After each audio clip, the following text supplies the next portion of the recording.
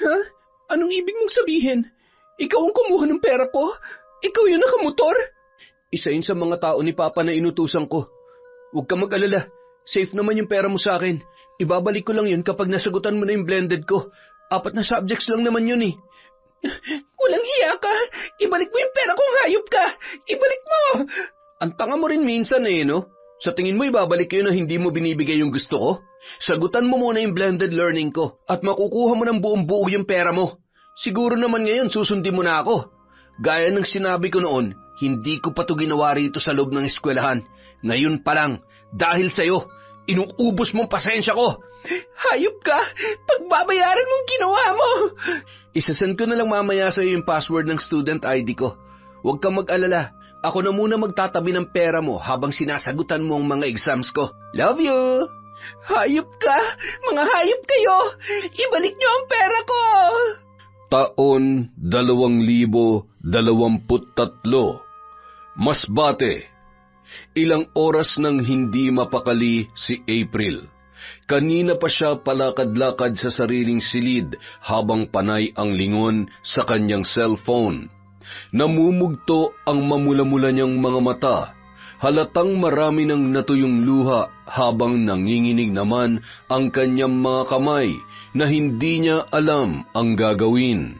Sa kalagitnaan ng kanyang pagkabalisa, biglang tumunog ang kanyang cellphone. Bahagya siyang nabuhayan ng pag-asa nang makita ang pangalan ng nobyo niyang si Damian sa screen. Hello, babe. Buti na patawag ka. Ano ka ba, April? Bakit pati sa nanay at mga kapatid ko tumatawag ka? Tinatagtad mo pa sila ng text. Hindi ka ba nahihiya? Sorry, Damian. Nag-aalala lang kasi ako eh. Ilang araw ka nang hindi nagpaparamdam. Hindi ka nga sumipot dun sa dapat tagpuan natin eh, para sana mapag-usapan ng problema. Kanino naman ako tatawag para hanapin ka? Sa mga kaibigan mo walang sumasagot, kaya napilitan na akong hanapin ang mga kamag-anak mo sa Facebook para dun sila tanungin. Sira ulo ka naman pala eh. Gawain ba ng matinong babae yung ginagawa mo? Nakakahiya, April. Kababae mong tao, ganun ang gagawin mo? Wala ka naman natitirang respeto at kahihiyan? Ikaw ba? Wala ka na bang natitirang respeto sa akin? May pinagsamahan din naman tayo, Damian ah. Hindi biro yung 3 taon. Pwede ba? Tumigil ka na sa kabaliwan mo. Bakit mo pa ba ako hinahabol? Hindi pa ba malinaw sa iyong lahat? Ayoko na, April. Ayoko na. Nahuli mo na ako, di ba? Hindi ba dapat galit ka sa akin at ikaw dapat ang hindi nagpaparamdam? Bakit ikaw pa naghahabol? Dahil mahal kita. Totoo yung pagmamahal ko sa'yo. Hindi ganun kadaling bitawan ng taong totoo mong minahal. Alam mo rin dapat yan. At para sabihin ko sa'yo, ikaw rin ang dahilan kaya ako nagkakaganito. Kung kinakausap mo sana ako na maayos at hindi tinataguan, hindi sana tayo aabot sa ganito. Mas madali ko naman matatanggap eh kung hinaharap mo lang sana ako. Wala na tayong dapat pang pag-usapan, April. Hindi na rin kita pwedeng balikan dahil buntis na siya. Bilang lalaki, kailangan ko siyang panagutan.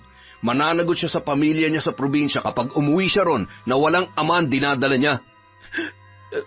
Wala ka na talagang natitirang respeto sa akin.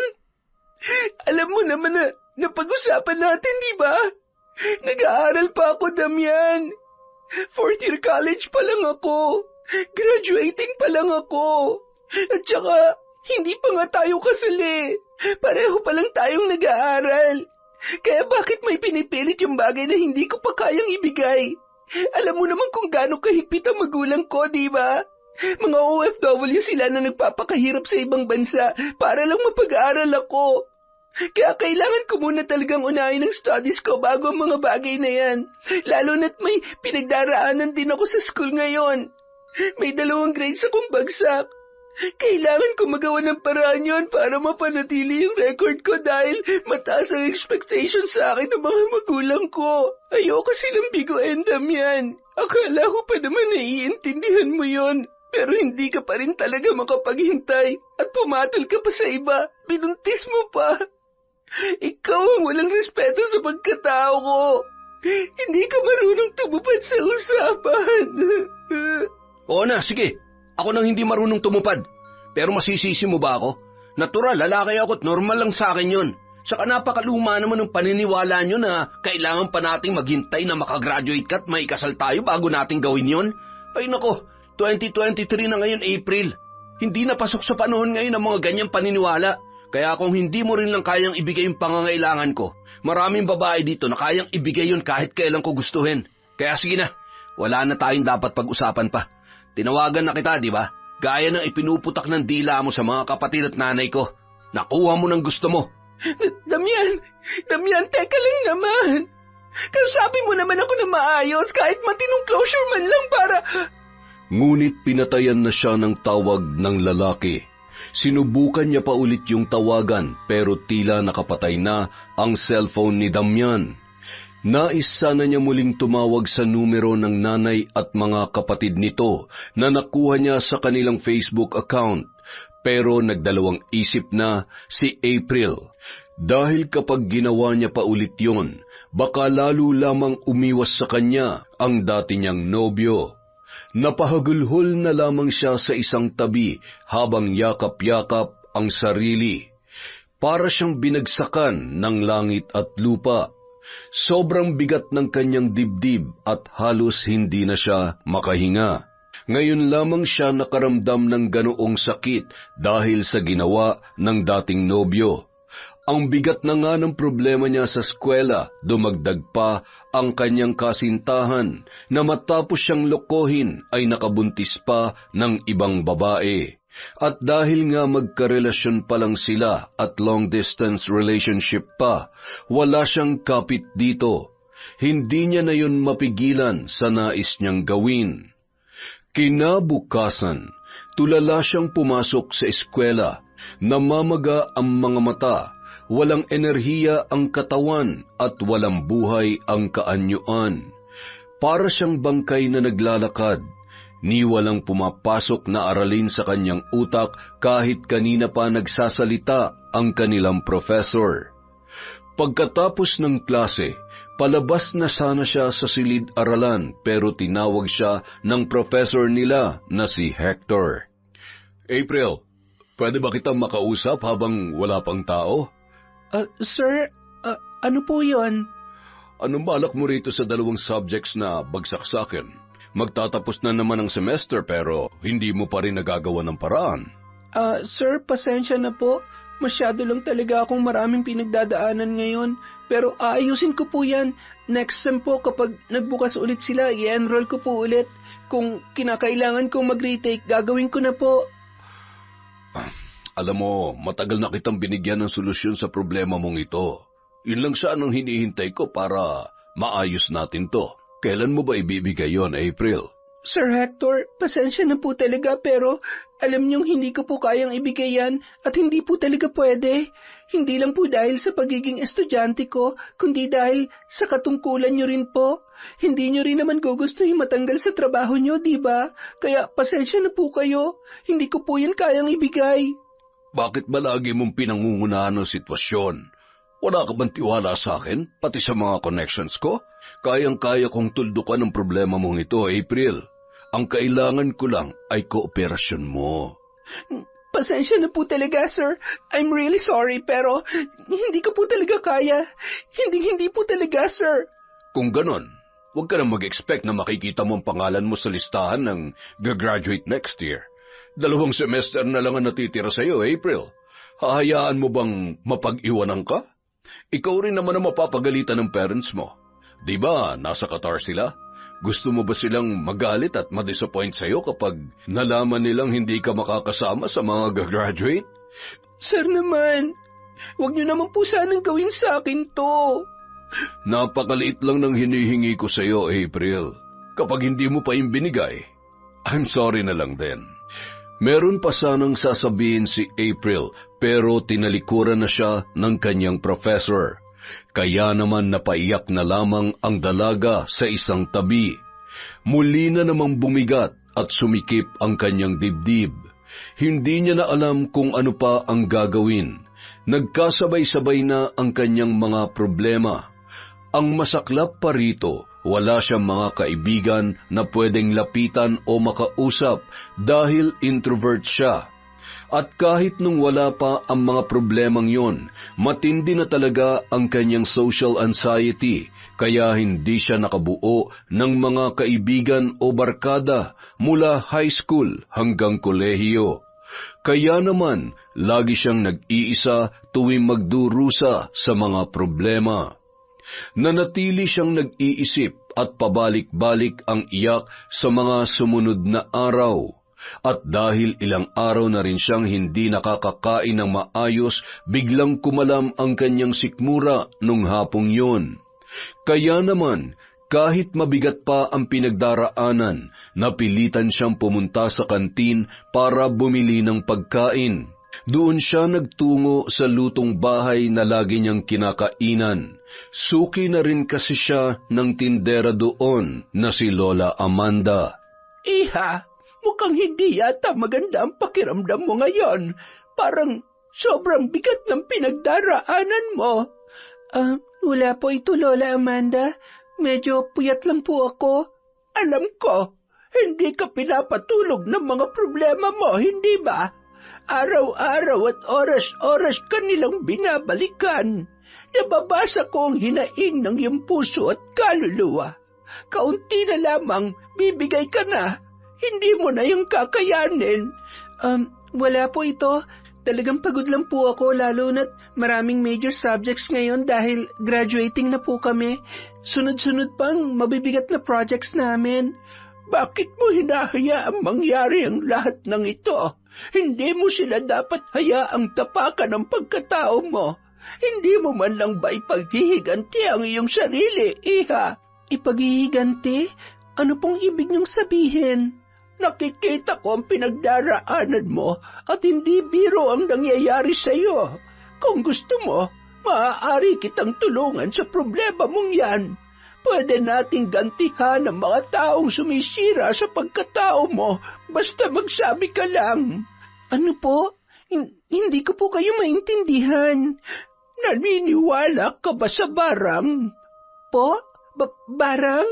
Ang mga taong sumisira sa buhay natin ay dapat pinapatawan ng malagim na parusa. Yun na lamang ang makakapagpatahimik sa kanila. Pasensya na po, pero hindi po ako naniniwala sa ganun eh. At kung totoo man yon, wala rin po akong balak gawin. Hindi po ako lumaking mapagiganti sa kapwa, at ayoko ring umabot ako sa ganun. Yung pag-uugali mong yan ang dahilan kaya ka inaabuso at pinagsasamantalahan ng mga tao sa paligid mo. Ginagamit nila ang kabutihan at pagiging busilak ng iyong puso para saktan at sirain ka. Papayag ka ba na ganito na lang palagi ang gawin nila sa'yo? Pasensya na po, pero ayoko po talagang umabot ako sa ganyan. Ikaw ang masusunod, Iha. Pero tandaan mo, hindi lamang yan ang daranasin mo. May mas malala pa dyan kapag wala ka pang ginawa. Marami pang darating na kamalasan sa buhay mo kapag patuloy mong hinayaan na abusuhin ka nila. Kaya kapag umabot ka na sa puntong yon, huwag mong kalilimutan ang pangalan ko. Ha? Opo, salamat po, Lola Amanda. Sabay talikod sa nagmamalasakit na matanda. Kahit gutom ay napilitan siyang lumabas na lang ng eskwelahan para doon humanap ng makakainan. Ayaw rin naman niyang sa ibang tindahan sa kantin umorder dahil baka makita siya ni Lola Amanda at magtampo pa. Lalo't kilala na siya nito dahil isa siya sa palaging kumakain doon mula nung siya ay first year. Kinagabihan, muling tumawag ang tatay ni April sa kanyang cellphone. Kahit wala pa siyang ganang makipag-usap dito, ay napilitan na lang din siya. Lalo't sa susunod na buwan ay midterms na nila at kailangan na muli niya ng pera na pambayad sa tuition. Kumusta ka naman dyan, April? Ayos lang po ako, Tay. Yung pag-aaral mo, kailan ka gagraduate? Next year na po, Tay. Sa 1 taon pa. Di ba pang 4 na taon mo na ngayon? Pasensya na po tay, pero nagkaproblema po kasi nun sa school eh. Merong ilang mga subject na ngayon lang nag-open, tapos yung iba next sem pa po. Kaya hindi agad namin yun nakuha. Pero wag po kayo mag-alala, wala naman pong problema sa mga grades ko. Yung sideline na sinasabi mo, pumapasok ka pa ba doon? Hindi na po tay, nag-resign na po ako. Masyado na kasing mabigat yung mga subjects namin ngayon kaya kailangan ko na mag-focus. Pero wag po kayo mag-alala, nakadalawang taon naman po ako dun sa restaurant kahit papano. Dapat lang, dahil pagkatapos mo makagraduate, papupuntahan ko sa iyo yung kaibigan ko para matulungan ka makapagtrabaho rin sa ibang bansa. Maraming hiring dito sa Qatar, Dubai at Saudi. Pero mga fresh graduate din ang hinahanap nila, pati yung may mga experience sa restaurant. May ibang kakilala kami rito na pagkatapos graduate ng mga anak nila, ng ibang bansa na agad para malaki ang sahod. Madali naman silang nakapasok dahil bago pa sila graduate, may experience na rin sila sa trabaho dahil nag-working student sila. Gusto ko ganoon ka rin, kaya bilisan mo na makagraduate yan, ha? Sige po, tay. Salamat po. Nang matapos ang kanilang pag-uusap, doon palang nakahinga ng maluwag si April. Napahagod na lang siya ng dibdib. Muli na naman kasing sumikip yun at parang gusto na naman niyang maiyak dahil sa sinabi ng kanyang ama. Minamadali na siyang makagraduate para pagtrabahuhin sa ibang bansa. Desidido na talaga yun sa plano na sa ibang bansa siya paghanapin ng trabaho pagkatapos ng eskwela. Gusto kasi noon na malaki kaagad ang kitain niya dahil ganoon daw ang ginawa ng anak ng kanilang mga kakilala.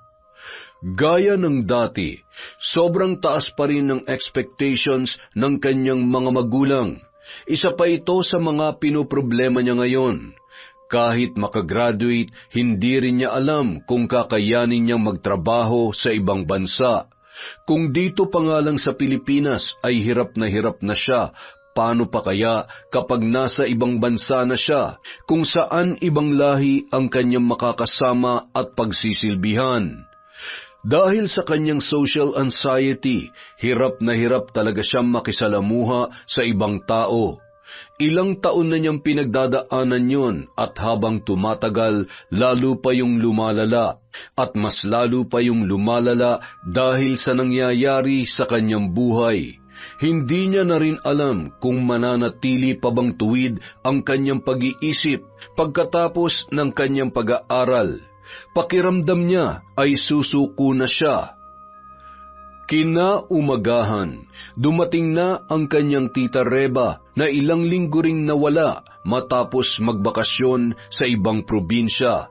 Nang magkita sila, nakasimangot na naman yon gaya ng kanyang inaasahan. Bakit ganito na naman tong bahay? Sobrang kalat. Hindi ka ba naglilinis dito, April? Pasensya na po tita, sobrang busy ko lang po sa school, pero maglilinis naman po talaga ako ngayon, mamayang hapon pa po yung pasok ko eh. Ay nako, simulan mo ng paglilinis. Kauuwi ko lang, ito agad ang madadatnang ko. Kaya hindi pumapasok ang biyaya dito eh. Ay nako, dahil sa sobrang dumi at sobrang kalat. Kababae mong tao, hinahayaan mo maging ganito kadumi ang bahay? Maglilinis na po tita, pasensya na po talaga. Buiset! Bumili ka na rin ng ulam sa labas, nagugutom ako. Sobrang haba ng binyahe ko kaya gutom na gutom ako. Pagsapit ng hapon, naabutan siya ng kanyang tiyahin sa kwarto. Sa kabila ng pagiging abala, binulabog pa rin siya noon. Hoy, anong ginagawa mo dyan? Nagre-review po ako para sa long quiz namin bukas, tita. Tapos may ginagawa rin po akong research project ngayon sa laptop. Nagsimba ka na ba? Hindi pa po, tita. Hindi? Kailan ka huli nagsimba? Last month pa po yata. Nung isang buwan? Diyos ko naman, kaya pala walang pumapasok na biyaya sa bahay na to eh. Ang dami-dami mong oras tapos hindi mo pinaglalaanan ng panahon ng simbahan? Naku, pasensya na po, tita. Sobrang busy lang po talaga dahil sunod-sunod ang projects at activities namin sa school. Lalo na po't puro major subjects na kami ngayon. Magdadahilan ka pa talaga. Kahit gaano ka pa kabisi, imposibleng hindi ka makapaglaan ng oras para sa simbahan. Ihinto mo yung ginagawa mo. Lumabas ka at magsimba ka. Hindi po pwede ang ganyan sa bahay ko. Ayokong pasukan ng kamalasan tong tirahan ko. Opo, sige po tita. Magbibihis lang po ako. Wala nang nagawa si April kundi sundin ang babae. Palibhasa relihiyosa ang kanyang tiyahin at laging aktibo sa simbahan. Katunayan, simbahan din ang dahilan kaya ito nagbakasyon sa probinsya. May malaking event kasi sa isang simbahan doon at sumama lang yun sa kanyang mga kakilala. Punong-puno rin ng santo at imahe ng Panginoon ang bahay at kanilang kwarto. At kapag wala naman yun sa simbahan, lagi yung nasa kwarto at nakaluhod sa kanyang altar. Kaya kapag hindi siya nakikita nito na nagsisimba, talagang umiinit ang ulo ng kanyang tiyahin. Kapag may nangyayaring kamalasan sa bahay nila, sa kanya agad isinisisi dahil hindi raw siya aktibo sa simbahan. Nung mga oras na yun, napilitan siyang ihinto ang pag-aaral at pumunta sa simbahan kahit napakarami niya pang ginagawa. Laking pagsisisi niya dahil pagkapasok niya pa lamang sa loob, nasalubong niya na ang kanyang professor na si Hector. Magsisimba rin pala yun, pero biglang naging demonyo ang anyo nito nang siya ay makita. April, nandito ka rin pala. Butit naisipan mong magsimba. Opo sir. Talaga naman pong nagsisimba po ako pag ganitong oras. Mabuti naman at nagkita tayo. Pwede ka nang sumabay sa akin mamaya pagkatapos natin dito. Sir, saan po tayo pupunta? Ikaw naman, para kang bago ng bago. Sir, pasensya na po pero hindi ko po talaga gusto yun eh. Kung gusto niyo po, i-retake ko na lang yung 2 subjects na yun next sem. Total, pareho naman sila magbubukas by that time. Uulitin ko na lang po. April, mas mapapadali ang problema mo kung pagbibigyan mo ang gusto ko. Wala namang makakaalam eh. Maliban na lang kung ipagsasabi mo na alam ko namang hindi mo gagawin. Kaya bakit ka pa nag-aalala? Sir, wala po talaga akong balak gawin yon. Hindi po kakayanin ng konsensya ko. Mas lalong hindi kakayanin ng konsensya mo kapag bumagsak ka at nalaman to ng mga magulang mo. Ano na lang ang mararamdaman nila sa ibang bansa kapag nabalitaan nila na hindi ka nakagraduate dahil may mga failing grades ka. Pero kung pagbibigyan mo ang gusto ko, wala silang magiging problema.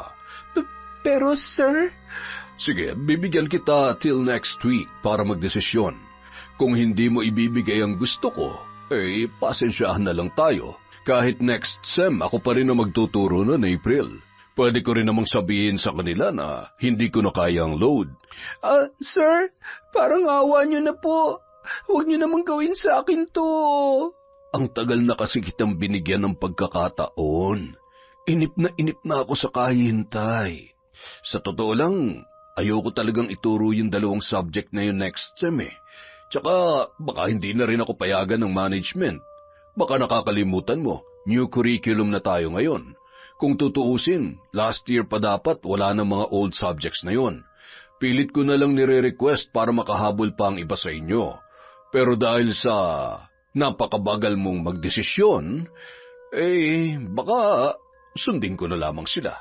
Hindi na talaga ako papayagan. Kaya wala ka na magagawa kundi pumayag na sa inaalok ko.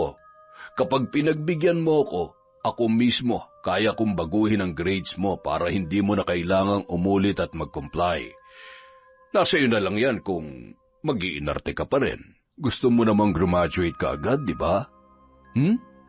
Napag-iwanan ka na ng batch mo. Hindi na nakasagot pa ang dalaga. Napaiyak na lamang siya ng tahimik habang nakaupo sila sa isang tabi. Kung alam niyang ganito lang pala ang aabutan niya sa loob ng simbahan, hindi na lamang sana siya nagsimba. Matapos siyang paiyakin ng kanyang tiyahin kanina, ang guru niya naman ang nagpaiyak sa kanya ngayon sa mas matinding dahilan. Kinagabihan, magkasabay sila ng tiya Reba niya sa hapunan. Muli nitong naungkat sa kanya ang tungkol sa kanyang graduation. Nakausap ko nga palang nanay mo kanina habang wala ka. Tinatanong niya kung kailan ka raw gagraduate.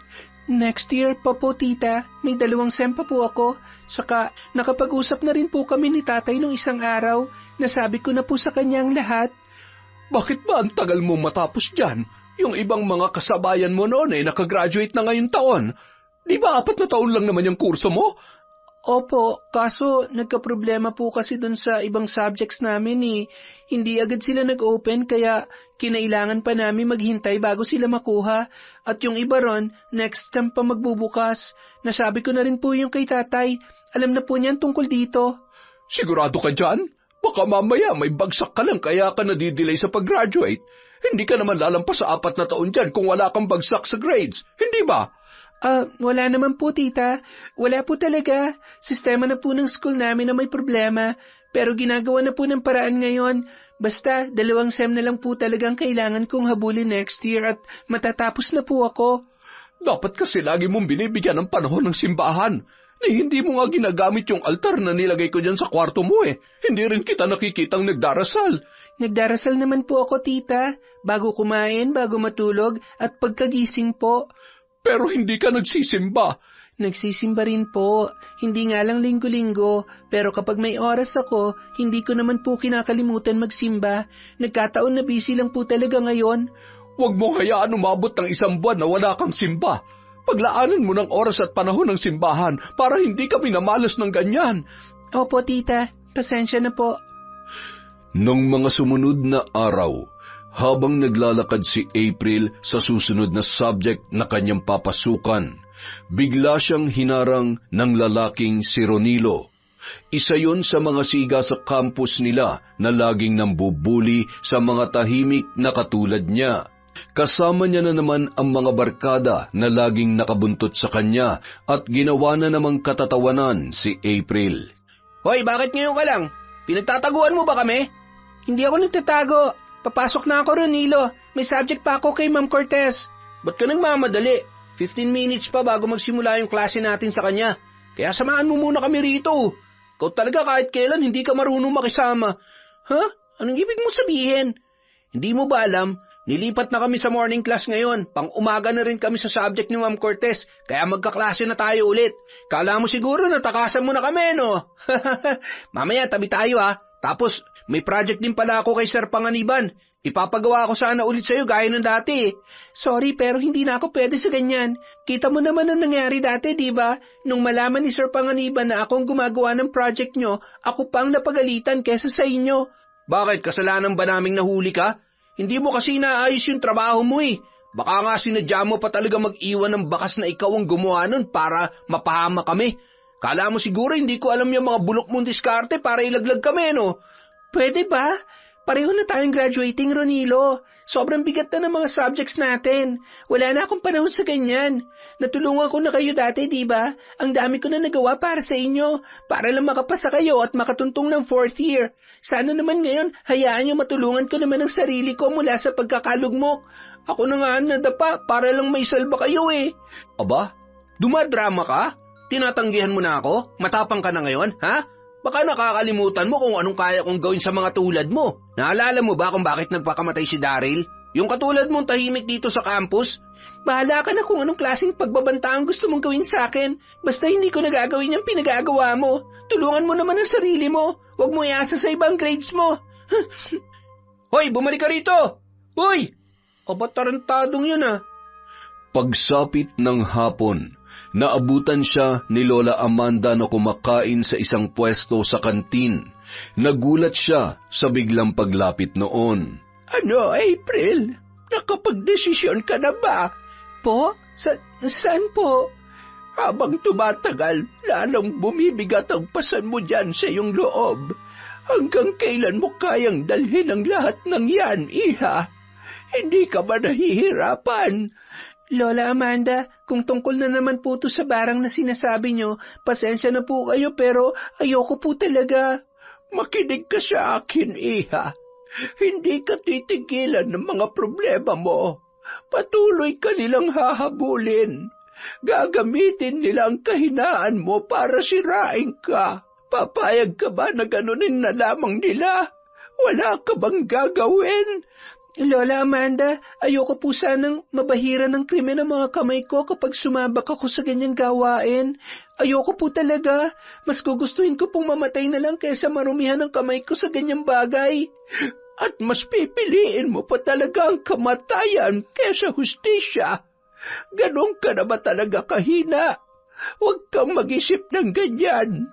Epekto na yan ang patuloy na pagwasak nila sa iyo. Bakit hindi mo subukang lumaban? Kung hustisya lang po ang pag-uusapan, marami pong paraan para mapanagot sila. Gaya ng ano? Magsusumbong ka sa kapulisan, sa mga kinauukulan. Hindi mo ba kilala kung sinong binabangga mo? Walang silbi ang batas kapag makapangyarihan ng isang tao, April. Kayang-kaya kanilang baliktarin. Kaya sa ganoong mga sitwasyon, barang at kulam lamang ang pwede mong magawa sa kanila at magtiwala ka sa akin. Sila pa mismo magmamakaawa sa iyo na ibalik ang normal nilang buhay. Ano po bang ibig niyong sabihin? Bakit kayo nagsasalita ng ganyan? Hindi ko po kayo maintindihan. Dahil alam ko ang pinagdaraanan mo. Batid kong inaabuso ka ng Sir Hector na yon. Tama ako, hindi ba? Isa siya sa mga pinoproblema mo ngayon. Paano niyo naman po nasabi yan? Matagal na ako sa lugar na ito, April. Halos lahat ng estudyante at guro dito ay kilala ko na. At kilalang-kilala na rin kita. Isa ka sa mga matagal ko ng suki dito. Bukod sa kakayahan kong makabasa ng damdamin at kapalaran ng isang tao, marami ring nakakaalam dito tungkol sa lihim ng Sir Hector ninyo. May mga nakakaalam ng tungkol sa pang-aabuso niya sa mga estudyante. Hindi lang ikaw ang una niyang biktima. Pero walang nagsasalita at nagsusumbong sa kanya dahil natatakot sila sa kaya niyang gawin. Palibhasa siya ang pinakamatagal nang nagtuturo dito. Mas matagal na siya kesa sa dean at school director natin dito, kaya mas malawak na rin ang impluwensya niya. Isa pa, marami rin siyang koneksyon sa ibang lugar. Marami siyang hawak na abogado. At ganun din yung kaklase mong si Ronilo dahil anak ng mayor yon. Kaya wag mo nang balaking gamitin ang hustisyang sinasabi mo sa kanila dahil maniwala ka sa akin, hindi yan gagana. Wala kang mapapala dyan. Baka lalo ka lang masaktan at mapahamak. Pero hindi pa rin po ako papasok sa barang. Wala po talaga akong balak sumubok doon. Pasensya na po, Lola Amanda. Mauna na po ako sa inyo. Hindi na inubos pa ni April ang kanyang kinakain. Umalis na agad siya at kaswal na nagpaalam sa matanda. Hindi niya na kayang magtagal pa sa ganoong usapan, kaya gaya ng dati, iniwasan niya na lamang si Lola Amanda. Makalipas ang ilang linggo, hindi na nagparamdam si Damian kay April. Kahit patong-patong na ang sakit na idinulot sa kanya ng lalaki, umaasa pa rin siya. Nakakausapin pa siya nito kahit para sa closure na lang nilang dalawa. Pero wala na talaga yung paramdam sa kanya mula nang huli silang magkausap. Kung hindi lang nauwi sa ganito ang kanilang relasyon, baka isa sana yon sa mga masasabihan niya ng problema at pwedeng makatulong sa kanya. Ngunit sa bandang huli, pinili pa rin nitong dumagdag sa kanyang alalahanin na lalong nagpahirap sa kanyang kalagayan. Samantala, galit na kinausap na naman siya ng kanyang tiyahin. Gulat na gulat si April sa mga sinabi noon sa kanya. Hoy April, ano tong nabalitaan ko sa school nyo? 2 raw ang bagsak mo, sabi ng teacher mo. Sino po nagsabi sa inyo niyan, tita? Nalaman ko sa teacher nyo. Yung Hector, taba ako, di ba? May bagsak ka nga, pero hindi mo sinasabi sa akin. Nagsinungaling ka. Ang sabi mo wala kang bagsak, pero meron. At 2 pa talaga, ha? Tita, hindi naman po talaga ako bagsak dyan. Nagkaproblema lang po kasi talagang system noon kaya nagkaganyan po yan. Maniwala po kayo sa akin, tita. At paninindigan mo pang kasinungalingan mo? Huling-huli ka na nga. Makakarating to sa mga magulang mo. Nagpapakahirap sila sa ibang bansa, tapos ito lang ang isusukli mo sa kanila? Tita, maniwala po kayo. Hindi naman po talaga ako bagsak sa mga subjects na yon.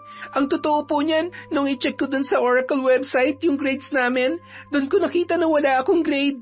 Hindi nga po bagsak yun eh, kundi blanco po talaga. Hindi po na-record. Tapos ayaw rin pong baguhin ng professor ko. May grades na po ako sa kanya noon at alam niya yon. Pero ayaw niya ipalagay sa system dahil gusto niya makipag one night stand ako sa kanya bago niya gawin yon. Inaabuso niya po ang pagiging teacher niya. Yun po ang totoo. Aba, at gagawa ka pa talaga ng kwento para lang ipaglaban ang kasinungalingan mo? Matakot ka sa Diyos, April. Huwag mong dinudumihan ang dila mo. Aminin mo na lang ang kasalanan mo at makakaawaan ka pa ng Panginoon. Magsimba ka kaya? Nagsasabi po ako ng totoo, tita. Siya po ang may kasalanan, hindi po ako. Sa curriculum ko lang kasi nililista yung mga grades na binibigay nila sa amin. Pero nung nakita kong blanco sa system at hindi nag-reflect, sinubukan kong i-comply yon pero ayaw lang makipag-cooperate ng prof naming yon. Ngayon palang sinusunog mo na sa impyernong kaluluwa mo dahil sa pagsisinungaling mo, April. Kailan ka pa natuto magsinungaling? Hindi mo ba alam kung anong hirap ang pinagdaraanan ng magulang mo para lang mapag-aral ka? Tapos yan ang gagawin mong hinayupak ka? Hindi niyo rin po alam ang hirap na pinagdaraanan ko, tita. Wala kayong alam lahat sa nangyayari sa akin. Niloko ko ng mga taong pinagkakatiwalaan ko. Nais akong galawin ang sarili kong professor tapos inaabuso pa ako ng ibang kaklase ko. Sobrang bigat na po ng pinagdaraanan ko pero wala naman ako malapitan. Kaya sana po maintindihan niyo kung bakit nangyayari to sa akin. Pero maniwala po kayo, hindi ako bagsak sa mga subject na yon. System lang talaga ang dahilan kaya nagkaganon yun. Alam mo kung bakit ka nagkakaganyan? Dahil kulang ka sa dasal. Yan ang nga bang sinasabi ko eh. Ganyan talaga mangyayari kapag hindi mo binibigyan ng oras ang Panginoon. Itong tandaan mo ha, kapag hindi mo naayos yung problema mo na yan sa lalong madaling panahon, pasensyahan na lang tayo, pero palalayasin kita rito. Hindi ako tatanggap ng taong kulang sa dasal at pagsisimba dahil baka mahawa pa ng kamalasan mong pamamahay ko. Nagkausap na kami ng teacher mo. Ang sabi niya, puntahan mo raw siya sa faculty bukas para masabi niya raw sa iyong solusyon sa problema mong yan. Pasalamat ka't mabait pa yung teacher mo. Binibigyan ka ng pagkakataon. Hindi ka na makakakita ng ganon ngayon. Pero tita, hindi niyo po talaga naiintindihan. Hindi po solusyon ang gusto niya mangyari. Tama na, April. Ayoko na marinig ang mga kasinungalingan at palusot mo. Makipagkita ka sa kanya bukas para masabi niya na ang solusyon dyan. At huwag mo rin kalimutan magsimba para mawala ang impluensya ng demonyo na tumatakbo sa utak mo. Labanan mo ang kasamaan. Tanghali pa ang pasok ni April kinabukasan, pero napilitan siyang umalis ng maaga. Ayaw pa niya kasing makaharap muli ang tiyahin na mainit na naman ang ulo sa kanya. Kaya para hindi na marinig muli ang maingay noong bunganga, pumasok na lang muna siya at tumambay sa library, dala ang kanyang laptop. Doon na rin niya itinuloy ang research na kanyang tinatapos para maipresent sa kanyang pagpasok. Biglang may pumasok sa library at nagulat siya kung sino ang tao na lumapit sa kanya. Ha? Ronilo? Buti na lang nakita kita rito. Tutal, dala mo na rin yung laptop mo. Baka pwedeng ikaw nang gumawa nitong assignment ko. Kailangan ko kasi mamaya eh. Gawin mo na dyan, tapos ipasa mo na lang dito sa USB ko at ako na magpiprint. Eh bakit ako pang gagawa? Ba't di na lang ikaw? May bakanting computer dun sa harap po. Tinatanggihan mo ba ako, April? Sinabi ko naman sa'yo, di ba? Ayoko na mahuli pa ulit tayo. Lalo't baka ako na naman ang mapagalitan dyan. Ipagtatanggol mo ba ako kapag kinwestiyon ulit ng mga professor mo kung saan galing yung ipinasa mong assignment? Eh dahil sa nangyari dati, alam na nilang lahat kung kanino ka nagpapagawa. Gusto mo bang mapahiya ulit sa buong campus, ha? Gaya ng dati? Huwag kang maingay, nasa library tayo. O baka naman gusto mong gumawa ako ng isang bagay na hindi ko pa nagagawa noon. Ano na naman bang binabalak mo? Hindi ko pa to ginawa rito sa loob ng campus pero nagawa ko na to sa labas, sa tulong ng tatay ko. Ano?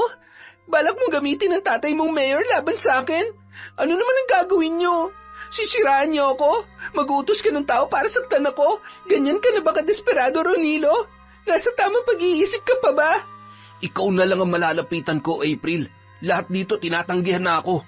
Pasalamat ka nga't may katulad kong gwapo at mayaman pa na lumalapit sa'yo. Dapat nga maging proud ka pa sa sarili mo dahil ikaw pa rin na naiisip kong lapitan kapag may problema ako. Tapos itataboy mo lang ako? Gago ka ba? Huwag mo na ako idamay sa kalokohan mo, Ronilo. Palibhasa ako lang ang kinakaya-kaya mo rito dahil mahina ako. Samantalang sa iba hindi ka makaporma dahil naduduwag ka. Ganyan ka na ba kawalang kwenta para patulan pang isang katulad ko? Pwede ba bigyan mo na ako ng katahimikan? Sawang-sawa na ako sa 3 taong pagtulong ko sa'yo. Tapos ano? Wala ka rin namang ibang ginawa sa akin noon kundi ipahiya ako Ni hindi mo nga ako tinuturing na kaibigan Lagi niyo lang akong ginagawang katatawanan ng mga barkada mo. Tapos sa akin ka pa talaga lalapit? Sa akin pa rin talaga? Tama na. Hindi na ako papayag na tapak-tapakan niyo pa ako ng ganito. Ang dami mong sinabi, anak ng teteng. Bakit? Anong gagawin mo, ha? Isusumbong mo ako sa DIN? Sa SD? O sa pulis? Gawin mo na kung anong gusto mo. Wala na akong pakialam. Karma ng bahala sa'yo. Pagsapit ng gabi, muling humagulhol ng iyak si April dahil kausap niyang muli ang kanyang ama. Galit na galit yun sa kanya. Abot hanggang langit ang panunumbat na ginawa noon at kahit nang subukan niya magsabi ng mga tunay niyang pinagdaraanan, hindi siya noon pinakinggan. Binaliwala noon ang lahat ng mga sinabi niya tungkol sa tunay na kanyang nararanasan sa paaralan. Pagkatapos ay siya pa ang pinagmukhang may kasalanan kung bakit yon nangyari. Tulad ng relihiyosa niyang tiyahin, sinabihan din siya noon na kulang lang din daw siya sa dasal at pagpunta sa simbahan kaya nangyayari ang mga problemang yon sa kanya. Lalong lumala ang kalagayan ni April. Umabot na sa puntong nagkasakit na siya. Bukod sa lagnat, dinapuan na rin siya ng matinding pagkahilo, panghihina, paninikip ng dibdib na paulit-ulit na bumabalik sa kanya. Hindi tuloy siya nakapasok ng 1 linggo dahil doon. At kahit may sakit siya, pinipilit pa rin siya ng kanyang tiyahin na pumasok. Anong balak mong babae ka? Hihilata ka na lang dyan magdamag? Wala ka ng balak mag-aral? Tita, kung kaya ko lang po, papasok talaga ako. Kaso, sobrang sama po talaga ng pakiramdam ko Hindi nga po ako makapunta sa ospital dahil wala po akong kasama. Wala akong mapakiusapan na samahan ako. Hindi naman din po kayo papayag kung sa inyo ko magpapasama. Aba, marami akong ginagawa. Ang hihina talaga ng mga kabataan ngayon. Hindi mo ba alam na nung panahon namin, kahit inaapoy kami ng lagnat, pumapasok pa rin kami para lang makapag-exam. Ganun katibay ang mga katawan namin. At kahit masakit ang paa namin, naglalakad kami sa gitna ng initan. Tapos ikaw ganyan lang, 1 linggo ka nang lumiban sa klase? Tumayo ka dyan at magdasal para gumaling ka. Kaya hindi ka gumagaling kasi hindi ka nagsisimba. Tita, araw-araw at oras-oras po ako nagdarasal. Hindi po ako nagkukulang sa pagdarasal. Pero kulang ka naman sa simba. Alam mo, malapit na talaga kitang mapalayas dito. Yung grades mo, inayos mo na ba? Kapag bagsak ka pa rin, magsimula ka na mag-empake dahil hindi na kita tatanggapin dito. Sinabihan ko na rin ang mga magulang mo at ako na raw ang bahala kung anong parusang ibibigay ko sa iyo. Kaya ayusin mo sarili mo, April. Pumasok at makipag-usap sa teacher mo para maayos na yan. Napapikit na lamang ng mata ang dalaga, at kahit nakapikit siya, hindi pa rin niya mapigilan ang pagpatak ng kanyang luha. Kinabukasan, kahit hindi pa siya tuluyang magaling, napilitan ng pumasok si April para lang hindi na marinig ang maingay na bunganga ng kanyang tiyahin, na walang ibang ginawa kundi kamuhian at siya ay sumbatan. Sa kantin siya unang dumiretso upang kumain ng almusal at makabili ng tubig para makainom ng kanyang gamot. Ngunit sa kalagitnaan ng kanyang pagkain, biglang merong lumapit sa kanya. Laking gulat niya at muling kumabog ang kanyang dibdib nang masilayan si Sir Hector. April, bakit ngayon ka lang pumasok? Nagkasakit po ako. Nakapagdesisyon ka na ba? Sir, kahit po mali na ang ginagawa nyo, hindi ko kayo nilalaglag. Nire-respeto ko pa rin po kayo, pero bakit naman nilaglag niyo po ako sa tita ko? Paano kayo nagkausap? Hindi na mahalaga kung paano kami nagkausap o paano ko siya nakilala. Isang halimbawa lang yun kaya kong gawin ang lahat ng gustuhin ko.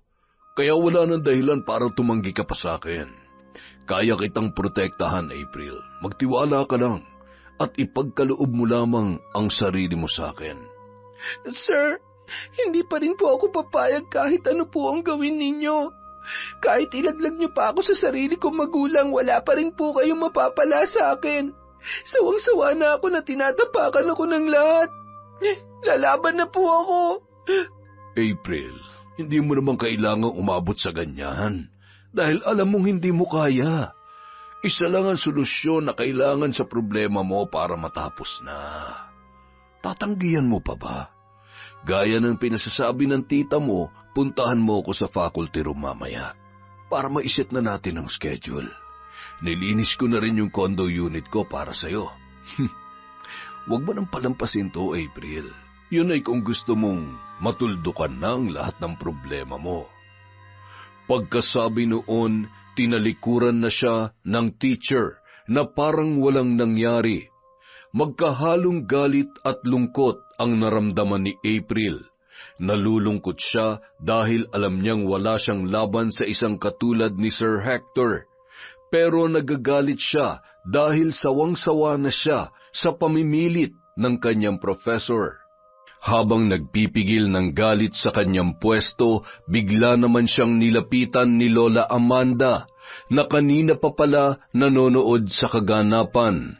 Iha, nakita ko ang nangyari kanina. Bagamat hindi ko narinig ang pinag-usapan nyo, alam kong tinatakot ka na naman ng teacher nyo para ibigay sa kanya ang gusto niya. Tama ba ako? Huwag na po kayo makialam sa problema ko, Lola Amanda. Kahit ano pa pong mangyari, hindi talaga ako magpapabarang ng tao. Hindi ko na po ibababa ang sarili ko para lang doon. Sino bang nagsabing nakakababa ang paglapit sa barang? Sa panahon ngayon, kung saan binibili na lang ng mga makapangyarihan ng hustisya, ito na lang ang tanging solusyon para magkaroon pa sila ng takot. Ang mga katulad ng Hector na yon ay hindi na natatakot sa batas ng gobyerno at simbahan. Wala na siyang kaluluwa, kaya hindi na batas ang dapat magparusa sa kanya. Pasensya na po, malilit na po pala ako sa klase ko. Kahit napakabigat na ng kanyang nararamdaman, pinili pa rin niyang talikuran ang matanda. Ayaw niyang magpasakop sa tukso, kaya naman pagkatapos ng kanyang klase, sa simbahan agad siya dumiretso. Humingi siya ng tulong sa Diyos, nanalangin na sana'y tulungan siya na malagpasan ang kanyang pinagdaraanan. Bigyan niyo po ako ng signs, Lord, kung anong dapat kong gawin. Tulungan niyo po akong malampasan lahat ng ito. Ang gusto ko lang naman po ay maibigay ang lahat ng gusto ng mga magulang ko para sa akin. Nang sa ganon, masuklian ko po ang lahat ng sakripisyo nila. Tulungan niyo po ako. Pagka-uwi pa lamang niya, ang tita Reba agad niya ang kanyang nadatnan sa sala. Gaya ng inaasahan, masama na naman ang titig nito sa kanya. Saan ka galing? Di ba sabi ko sa'yo, umuwi ka na maaga dahil may iuutos ako sa'yo? Nagsimba po ako, tita. Nagsimba? Talaga lang, ha? Kung kailan may iuutos ako sa'yo, saka ka magsisimba. Nakalimutan mo na ba ang bilin ko kanina? Umuwi ka na maaga dahil may ipabibili ako sa'yo sa grocery sa bayan. Heto ang listahan ng mga kailangan mong bilhin. May mga bisita ako bukas at kailangan ko lahat yan. Sige po, magbibihis lang po ako, tita. Malanting to. Simba-simba raw. Kinabukasan, Pagkatapos ng klase ni na April kay Sir Hector, muli siyang tinawag ng lalaki para maiwan sa loob. Kahit labag sa kanyang kalooban, bumalik na lamang siya sa kanyang pwesto at ibinaba ang kanyang bag. Ano pong kailangan nyo, sir? Gusto ko lang sabihin na kapag hindi ka pa pumayag, hindi ka na makakapag-aral dito. You will be transferred in a lower school. Doon sa eskwela na mas maraming siga at salbahe na kinasusuklaman mo. Sir Hector, bakit niyo po ba ginagawa sa akin to? Kailan ba kayo magsasawa sa panghaharas sa akin? Saka paano niyo naman magagawa yan? Teacher lang naman po kayo dito. Kahit ibagsak niyo pa ako sa lahat ng subjects niyo, mataas pa rin naman ang grado ko sa major subjects. At hindi ako mapapatalsik sa school na to dahil lang sa 2 bagsak ko na hindi ko naman talaga kasalanan. Nakakalimutan mo yata na 3 dean at 5 school director na ang inabutan ko rito. Ganun na ako katagal. Marami nga akong binagsak na estudyante kahit hindi nila kasalanan Pero walang nagawa ang dean at ang SD. Kaya sa tingin mo, wala akong kakayahan para gawin yung sinasabi ko sa'yo? Talaga bang aabot pa kayo sa ganyan para lang sa bagay na walang kwenta? Sisirain niyo pa po talaga ang reputasyon niyo bilang professor para lang sa gusto niyong yan? Wala na po ba kayo natitirang kahihiyan at respeto sa sarili niyo, sir? Sino ba kasi nagsabi na ang pagiging professor talaga ang main career ko? Ang totoo niyan, tinuturing ko lang ito bilang isa sa mga sideline ko. Kung ano man ang totoong ginagawa ko sa buhay, walang sino man ang nakakaalam nun. Nakapasok ako dito bilang professor ng walang kahirap-hirap. Kaya ko ring umalis dito ng walang kahirap-hirap kung gugustuhin ko.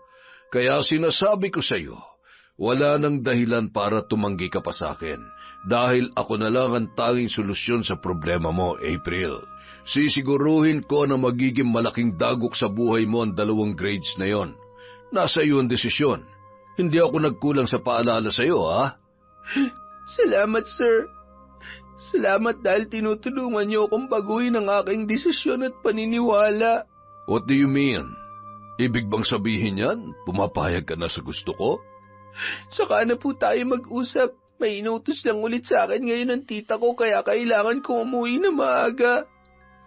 Ang totoo, nais niya lang makaiwas sa mahabang usapan, kaya sinadya na talagang umalis ni April. Kinabukasan, dala niya sa pagpasok ang pera na pambayad sa kanyang tuition. Habang naglalakad patungo sa eskwelahan, biglang may sumalubong na lalaking nakamotor sa kanya at hinablot ang kanyang bag. Sa sobrang bilis ng pangyayari ay hindi niya na yon napigilan at bigurin siyang mahabol ang lalaki. Napaiyak na lamang si April at bumigay ang kanyang mga paa. Naglupasay na lamang siya sa daan. Hindi niya na alintana ang mga taong napapatingin sa kanya dahil sa pagsigaw at paghagulhol niya. Habang pauwi nung hapon na yon, namumugto pa rin ang kanyang mga mata. Kung kani-kanino na siya lumapit pero wala siyang mahiraman para ipambayad ng tuition. At dahil wala na siyang ibang kakilala pa sa labas ng kanilang paaralan, hindi na niya alam kung kanino palalapit para sa panibago niyang problema. Hanggang sa bigla siyang lapitan at akbayan ni Ronilo nung siya ay naglalakad. Anong ginagawa mo? Bitawan mo nga ako. Wala ako sa mood ngayon, Ronilo. Huwag mo muna akong bisitan, pwede ba? Alam mo, hanggang ngayon pala, hindi ko pa nasasagutan yung mga quiz at exam ko rin sa blended learning. Baka pwedeng ikaw na ang sumagot. Pinagtitripan mo na naman ba ako, Ronilo? Alam mong hindi ko gagawin yan. Alam kong gagawin mo yon. Kaya sige na, sagutan mo na lang. Malapit na yung deadline nun eh. Ba't ko naman sasagutan? Hindi ko naman yun exam. Exam mo yan kaya ikaw ang sumagot. Sagutin mo na kung gusto mong makabayad ng tuition. Ha? Anong ibig mong sabihin? Ikaw ang kumuha ng pera ko? Ikaw yung nakamotor? Isa yun sa mga tao ni Papa na inutusan ko.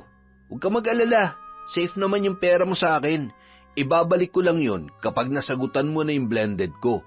4 na subjects lang naman yun eh. Walang hiya ka! Ibalik mo yung pera ko, hayop ka! Ibalik mo! Ang tanga mo rin minsan no? Sa tingin mo ibabalik ko yun na hindi mo binibigay yung gusto ko? Sagutan mo muna yung blended learning ko at makukuha mo ng buong buo yung pera mo. Siguro naman ngayon susundin mo na ako.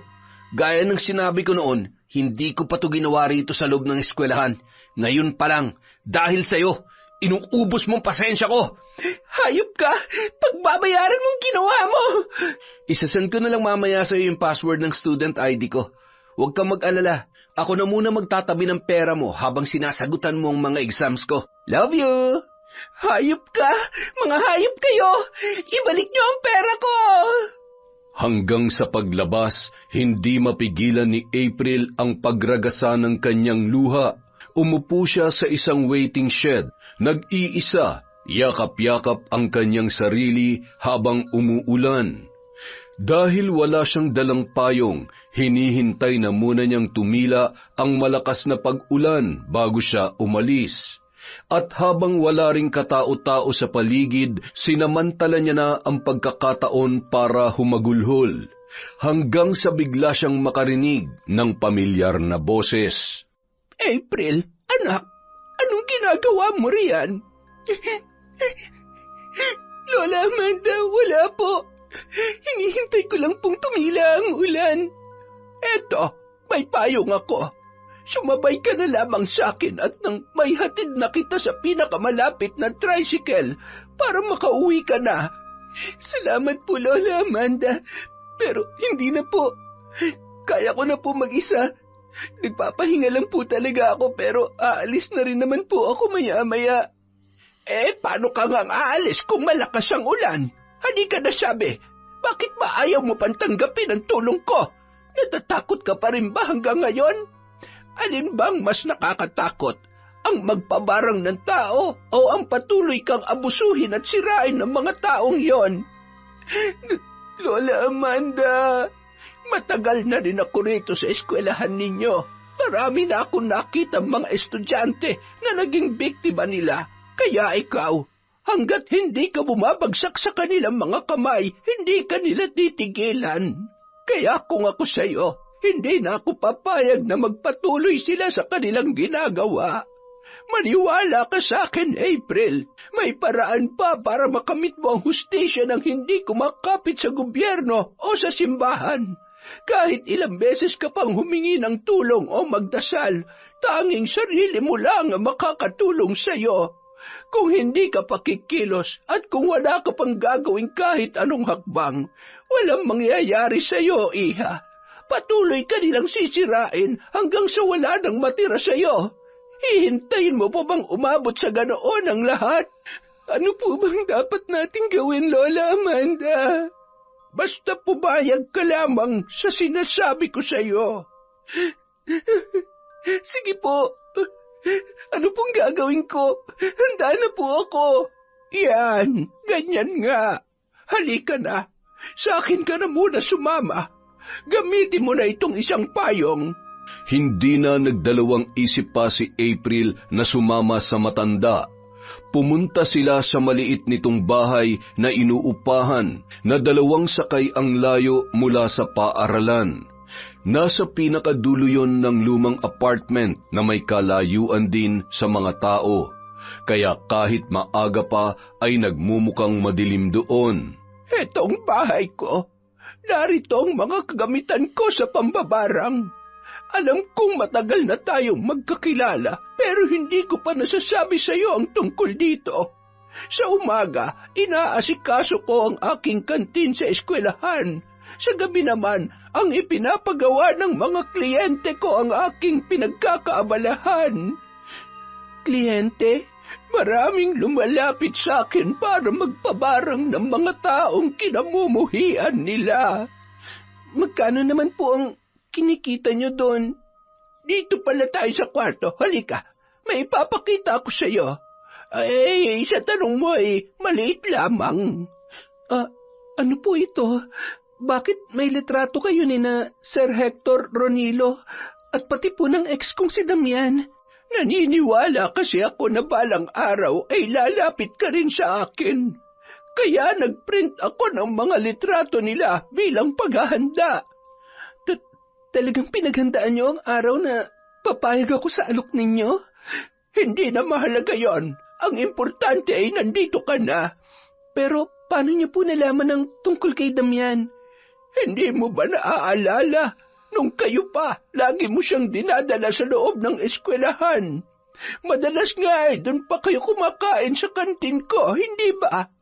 Isa pa, bago pa man dumating ang problema mo kay Sir Hector, narinig na kita minsan noong kausap mo si Damian sa telepono nung nasa loob ka ng campus. Dinig na dinig ko kung paano kayo mag-away. Doon ko nalaman ang tungkol sa problema niyong dalawa. Ibig po bang sabihin nito? Matagal niyo na akong binabantayan. Mapagmasid ako kahit kanino, hindi lamang sa'yo. Saka hilig ko na talaga ang maging matalas ang pandinig sa mga nangyayari sa aking paligid. Nagkataon lang na sa lahat ng mga narinig ko, yung sa'yo lang ang pinaka-natutukan ko. Hindi biro ang mga pinagdadaanan mo, April. Kaya handa akong tulungan ka ng walang kapalit na pera. Hindi ko kayang makita ang mga tulad mo na unti-unting winawasak ng mga walang kwentang taong ito. Kaya halika na, ipapakita ko sa iyo ang sagradong proseso kung paano ko pinapatawan ng parusa ang mga taong katulad nila. Pinanood ni April ang matanda sa pamamaraan nito sa pambabarang. Nakita niya kung paano nito isinilid sa isang bote ang bawat litrato ng 3 lalaki na maaaring maging dahilan ng pagkasira ng kanyang buhay. Pagkatapos ay naglagay ito ng tigi-isang manika roon na kulay itim na nakakatakot ang muka. Ilang sandali pa, nakita ni April na naglabas si Lola Amanda ng mga insekto mula sa lalagyan na nasa kanyang bulsa. Isinilid niya yun sa bote at hinayaang gumapang sa mga litrato, pati na rin sa mga manika. Anong klaseng insekto po ang mga ito? Parang masyadong kakaiba yung itsura nila. Parang hindi pamilyar sa akin. Ngayon lang ako nakakita ng ganitong mga insekto. Sa mata ng mga ordinaryong taong gaya mo, mukha silang insekto. Pero sa paningin ko, mga espiritu sila na aking hinuli at binihag para gawing kasangkapan sa aking pambabarang. Sila ang mga inuutusan ko para pumasok sa katawan ng aking bibiktimahin. Ano naman po ang magiging epekto nito sa kanila kapag nakapasok na? Depende sa gusto mong mangyari, Iha. Hindi pa tapos ang ritual. Marami pa itong pagdaraanan. Pagkatapos ng kanilang pag-uusap, muling pinagmasdan ni April ang mga sumunod na proseso. Nakita niya kung paano dinasalan ng matanda ang 3 bote gamit ang salitang Chabacano. Alam niya ang tungkol sa wikang yon na karaniwang ginagamit sa Zamboanga dahil mahilig siyang manaliksik tungkol sa iba't ibang wika at dialekto sa Pilipinas bilang libangan. Bagamat may ideya na siya sa lingwaheng yon, hindi niya ganap na nauunawaan ang koneksyon noon sa sinasabi ng matanda dahil may halo na yung malalalim na salita na hindi niya alam kung saan nagmula. Pero base sa ibang bahagi ng dasal, parang may kinakausap yun na nilalang na hindi niya nakikita at tila kasama nila nung mga oras na yun. At dun yun humihingi ng basbas sa sagradong ritual na kanyang ginagawa. Ilang sandali pa, nakita niya kung paano tinusok ng matanda ng karayom ang sarili nitong daliri. Pagkatapos ay hinayaan noong pumatak ang dugo sa loob ng bote. Pagkatapos, agad niya rin yung sinarado. Itinapat niya ang mga yon sa altar na puno ng imahe ng isang itim na nilalang na hindi mawari ni April kung ano. Bahagya siyang kinilabutan sa itsura noon, pero ikinubli na lamang niya at hindi nagpahalata. Bilang bahagi ng ritual, kailangan ko ang iyong kooperasyon. Hawakan mo ang mga boteng ito. Pagkatapos ay ibulong mo kung ano ang gusto mong mangyari sa kanila, kasama ang mga insektong ipinasok ko. Ang iyong mga salita ang magiging susi para tuluyang makapaglakbay ang sumpa sa kanilang katawan. Sinunod naman ni April ang sinabi ng matanda. Lumapit siya at itinapat ang kamay sa bawat bote. Saka ibinulong ang gusto niyang mangyari sa 3 lalaki. Kailangan din daw niyang banggitin ang buong pangalan ng mga yon bago niya iusal ang kanyang bulong. Hector John Bautista, dahil sa pamimilit mo sa akin na sumama sa bahay mo para matikman ako, sana ang mga insektong ito mismo ang tumikim sa pagkalalaki mo para pagsisihan mo ang kahangalan mo. Ronilo Villaforte, dahil sa pilit mong pang-aabuso sa kabutihang ginawa ko para sa iyo, sana ikaw naman ang abusuhin ng mga insektong ito. Maninirahan sila sa iyong balat at hindi ka nila titigilan hanggat hindi nasisira ang buong pagmumukha mo, hanggang sa wala ng sino man ang maglakas loob na lumapit sa iyo. Damian Constantino, isa kang dakilang manloloko, wala kang sariling salita. Sana bigyan ka ng malubhang sakit ng mga insektong ito. Isang uri ng sakit na hindi gumagaling at paulit-ulit kang balikan hanggang sa magsawa sa iyong babaeng ipinalit mo sa akin at iwanan ka dahil sa pagiging walang silbi mo. Pagkatapos niyang iusal ang mga bulong, muli siyang lumapit sa matanda at hinawakan nito ang kanyang mga kamay. Bibigyan din kita ng proteksyon upang walang makapanakit sa iyo. Sino man ang taong magtangka na awayin ka, ipahiya o saktan sa anumang paraan, titigan mo lamang sila ng 5 segundo sa mata at isipin mo kung ano ang gusto mong mangyari sa kanila. Ang parusang ipapataw mo ay darating ora mismo. Maraming salamat po, Lola Amanda. Kahit labag to sa loob ko nung una, parang ngayon lang guminhaw ang pakiramdam ko. Sana may magandang patunguhan ng lahat ng ito. Sawang-sawa na ako sa ginagawa nila sa akin. Sana kahit sa paraan man lang na to, maranasan din nilang masaktan. Sigurado ako na mangyayari yan. Huwag kang mainip. Ito na ang simula ng pagbangon mo. Bukod sa parusang ibinigay natin sa kanila, binigyan na rin kita ng proteksyon na iyong magagamit sa anumang sitwasyon. Sana lamang ay gamitin mo yan ng tama. Maraming salamat po, Lola Amanda. Nung sumunod na araw, nasubukan ni April ang bisa ng proteksyong barang na ibinigay ng matanda sa kanya. Nung araw na yun, absent si Ronilo, kaya ang mga barkada nito ang nagbalak na mambuli kay April.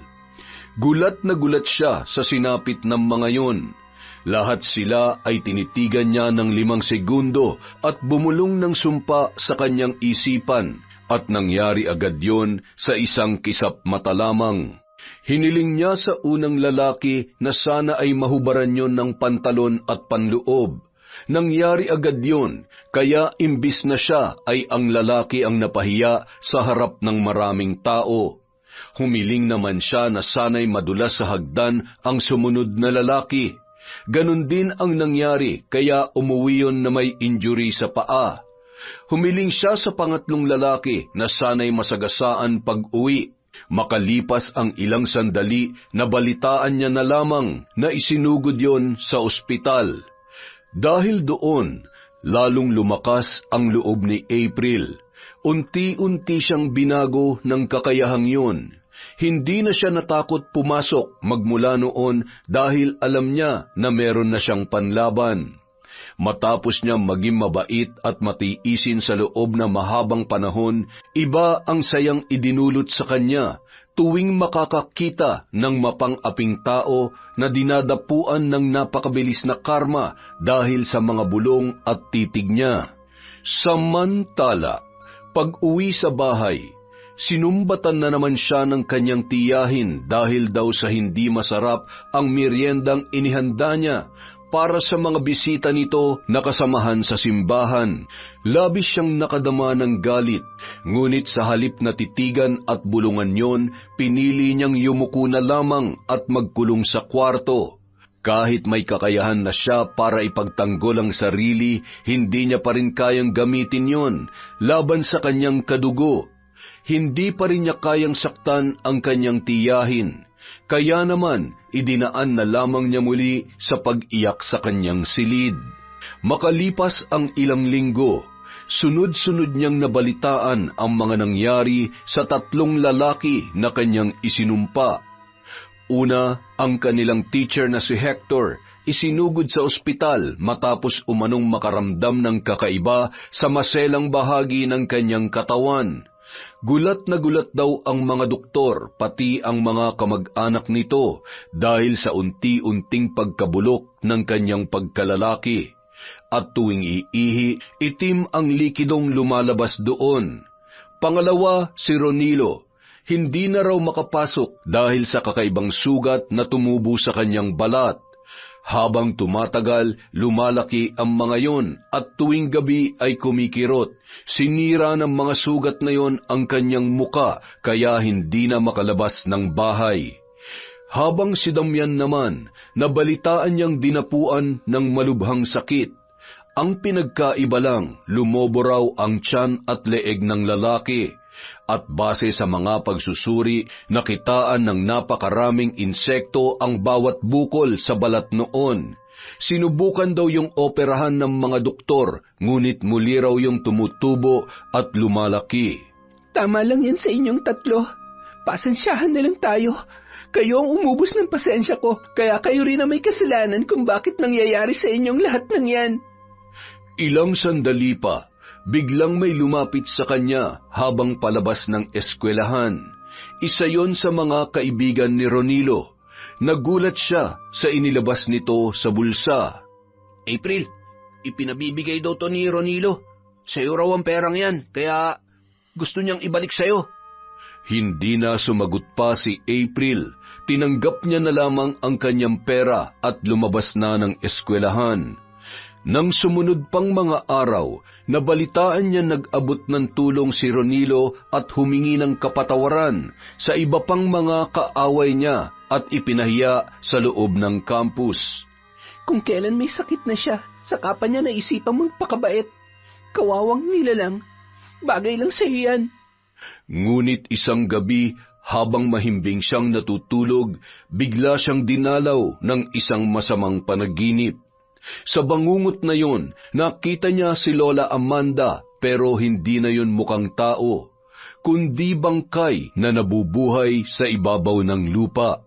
Hinahabol daw siya nito at paulit-ulit niyang naririnig sa kanyang utak ang nakakapangilabot niyang halakhak. Hinihikayat siya nung sumama sa kailaliman at samahan daw siyang maghari doon. Tuwing susubukan niyang iwasan at lumayo, bigla namang nagkakaroon ng mabangis na pusa sa paligid at hinahabol din siya noon. Takot na takot daw siya sa panaginip na yon. At tuwing magigising siya, laging masakit ang kanyang dibdib na parang dinaganan ng napakabigat na nilalang. Akala niya nung una nagkataon lamang ang lahat. Ngunit sa paglipas ng 3 linggo, lalo pang lumala ang kanyang mga bangungot. Gabi-gabi na yung dumadalaw sa kanya at tuwing magigising siya, tila inaapoy siya ng lagnat. Dahil doon, hindi na siya nakapasok pa sa eskwelahan at lalo pang lumala ang kanyang depresyon. Kung dati ay puro iyak lamang, ngayon ay nagwawala na siya at tila nawawala na rin sa sariling katinuan. Pati ang kanyang tita Reba ay nagsimula na mag-alala kay April. Kaya naman napilitan niyong dalhin sa pari, pero wala yung nagawa para siya ay pigilan. Nang sumunod na araw, sa isang albularyo nito na isipang kumonsulta, may kakilalang albularyo ang isa sa mga kaibigan ng kanyang tiyahin at yun ang pinapunta nila sa kanilang bahay. Matapos siyang suriin ng albularyo habang nakatali, alam na agad nito ang nangyayari sa kanya. Nasa ilalim siya ng kapangyarihan ng isang mambabarang. Dinadalaw siya ng mambabarang na yon sa panaginip para kunin ang kanyang kaluluwa. Mabuti na lamang at tinawag niyo ako agad dahil kung hindi, maaaring nagtagumpay ng mambabarang sa susunod na mga gabing darating. Ay, Diyos ko! Bakit naman nangyari sa kanya yon? Sino ang mambabarang na gumagawa nito sa kanya? Maaaring isang tao sa mga nakausap niya noon. Maaaring may tinanggap siya rito na anumang alok, pagkain o bagay na pwedeng pagmulan nito. Hindi magkakaroon ng ganitong kapit sa kanyang mambabarang kung wala silang sagradong kasunduan. Kasunduan? Bakit naman siya makikipagkasundo sa isang mambabarang? Lagi ko naman siyang tinuturuan na magsimba at magdasal. Sa ngayon, malawak na pangunawa ang kailangan nating ibigay sa kanya. Oras na siya ay gumaling. Hanggat maaari, iwasan nating magpakita ng anumang bagay na hindi niya ikakatuwa. Baka mayroon siyang matinding pinagdaraanan na nagtulak sa kanya para umabot sa ganito. Matinding suporta at pagmamahal ang kailangan niya ngayon upang mapabilis ang kanyang paggaling. Pagkatapos siyang pagalingin ng albularyo, gamit ang taimtim na orasyon at pulang langis na ipinahid nito sa buo niyang katawan, unti-unting nawala ang mga senyales ng itim na kapangyarihan sa katawan ni April. Kabilang na ang pangingitim ng kanyang mga mata, labi, kuko, pati na ang kakaibang boses na lumalabas sa kanyang bibig. Kinabukasan, nang magising si April, ang tita Reba niya ang una niyang nasilayan. Natakot siya nung una, pero nang makita niya ang maamo nitong muka, bahagyang nabawasan ang kanyang kaba. Tita Reba? Ano ba nangyari sa iyo, April? Bakit umabot ka sa ganoon? Pasensya na po, tita. Kaya ko lang po nagawa yun dahil sa sobrang kawalan ng pag-asa. Bakit? Ano bang ginawa mo? Nakipagkasundo po ako sa mambabarang para makaganti sa mga taong nananakit at nang-aabuso sa akin. Kabilang na yung teacher kong si Sir Hector, yung kaklase kong si Ronilo, pati na yung ex kong si Damian. Lahat po sila may matinding kasalanan sa akin. Sila po ang dahilan kaya lagi akong wala sa sarili ko noon. Dahil wala ako masabihan ng mga problema ko at wala ring mahingian ng tulong. Napilitan na akong kumapit dito para lang maparusahan sila at tuluyan na ako matahimik. Akala ko matatahimik ako pero hindi ko akalain na mas lalo pang magiging magulo ang buhay ko dahil niloko rin ako nung mambabarang na nakausap ko. Pinaniwala niya ako na kakampi ko siya, pero sisingilin din pala niya ako sa huli at ang kaluluwa ko pa ang gusto niyang kapalit. Pasensya ka na, April. Sorry kung wala ako nagawa para matulungan ka. Alam kong hindi naging maganda ang pakikitungo ko sa iyo mula nung iwan ka rito ng mga magulang mo. Kaya labis ako nagsisisi. Dahil kung hindi lang sana kita napabayaan, hindi sana aabot sa ganito ang lahat.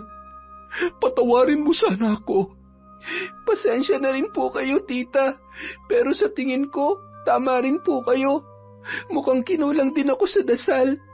Akala ko noon, sapat na yung dasal na ginagawa ko tuwing nag-iisa ako. Mga dasal na wala namang laman dahil sa dulo ng utak ko, ang kagustuhan ko pa rin makaganti sa kanilang talagang iniisip ko. Kung sinunod ko lang sana kayo na maging mas malapit pa ako sa Diyos at sa simbahan, baka hindi ako madaling tinabla ng tukso. Kaya pwede niyo po ba akong samahan ulit magsimba sa susunod? Gusto ko pong mas mapalapit pa sa Diyos, Tita Reba. Oo naman. Sige, palagi tayo magsisimba. Kahit ako'y may pagkakamali rin na dapat kong ituwid, lalo na sa mga nagawa ko sa iyo. Kaya huwag ka mag-alala. Pareho tayong lalapit sa Panginoon at hihingi ng tawad at hihingi rin ng gabay sa Kanya. Maraming salamat po, tita. Nung mga sumunod na araw, nakabalik na si April sa paaralan. Nang magpunta siya sa kantin, nakita niyang iba na ang nagtitinda sa pwesto ni Lola Amanda. Iba na rin ang pangalan ng kainan at mukhang iba na ang taong namamahala doon. Sa tansya niya, umalis na ang matanda mula nang matalo ito ng albularyo na gumamot sa kanya. Pero hindi na siya nagulat doon. Katunayan, natutuwa siya dahil sa wakas, wala na yon sa kanyang buhay. Wala nang maglalapit sa kanya sa tukso. Nung mga sumunod na araw, nabalitaan niya na gumaling na rin daw ang mga lalaking kanyang pinarusahan.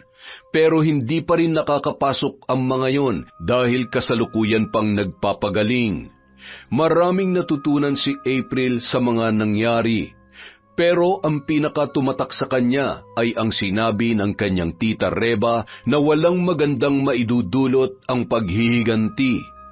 Minsan, mas pinapalala pa nito ang problema at sitwasyon gaya ng nangyari sa kanya.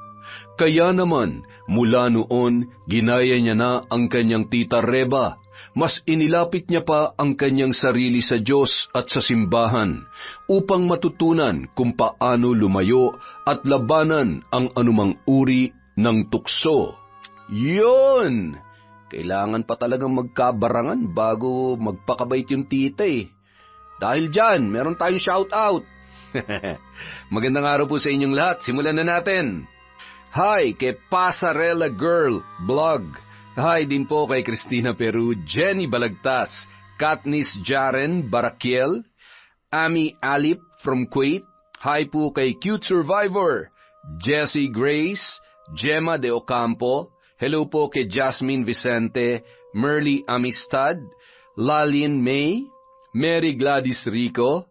Hi din po kay Maricris Alojado, Maribel Balabag, Medalina, Helen Flores, Era Choi. Hello din po kay Honey Austria, kay Beth Prestado, Jennifer Camacho, Mama Riza, Angelina Ignacio, Miss Maura. Hello po kay Marjorie Dequila, kay Roslyn Jimenez, kay Gay Somodio, kay Celia Tolentino, kay Mirna Castro. Hi Boss Jun Mateo. Hello po kay Josie Marquez, kay Len TV2, Flor Desita Cabe, kay Marcos Balingasa, kay Tara Dabi, kay I am Zenly from Canada. Hi. Hi din po kay Mamiliana Nalugon, kay Ingo Malayaw, kay Mary Ann Rivera Padilla ng Abu Dhabi from Larry Gumangan. Hello din po kay Jayan Vlog or J.E.N. Vlog. Pasensya na po kayo. Maraming salamat po sa walang sawang pagsuporta. Amor Lim, Neneng Leonora, Roxanne Gaudicos, Lady Dam, Mercy Grace Yachting. Hi po kay Chel. Hi kay Joanne ng Pangasinan from Jumar Melchor. Hi din po kay OFW TikToker, Joy Aniban, Lizelle Tagal, Amy Bug, Jessica Sobremonte, Charlene Gumansing, Mariles Saraga Sebugan. Hi po kay Yasden Love, kay Nunez sa Nunez Family of Subic Zambales from Totsi Bang. Hi din po kay Maribeth Gadian, kay Raven Alipar, Moneth Soto, Elica Beltran, Hana Maylin Sesgundo, Margaret. Hi po kay Edna Antonia Torralba from Padova, Italy. Tama po ba yung pronunciation ko? Pasensya na po kayo. Hi din po kay Febe Jane Toledo, Rosemary Casonete, Raymart Cabajes, Gloria Robiso, Virgie from Kuwait. Hi po kay Angelica Obispo, Annalyn Zorca, Rowena Limbo, Margie Banosong, Noel Espinas at kay Mitch Yap. Para po sa mga hindi natin nabanggit, marami pa po tayong video na susunod. Maraming salamat po sa inyong walang sawang pagsuporta sa Kwentong Enteng!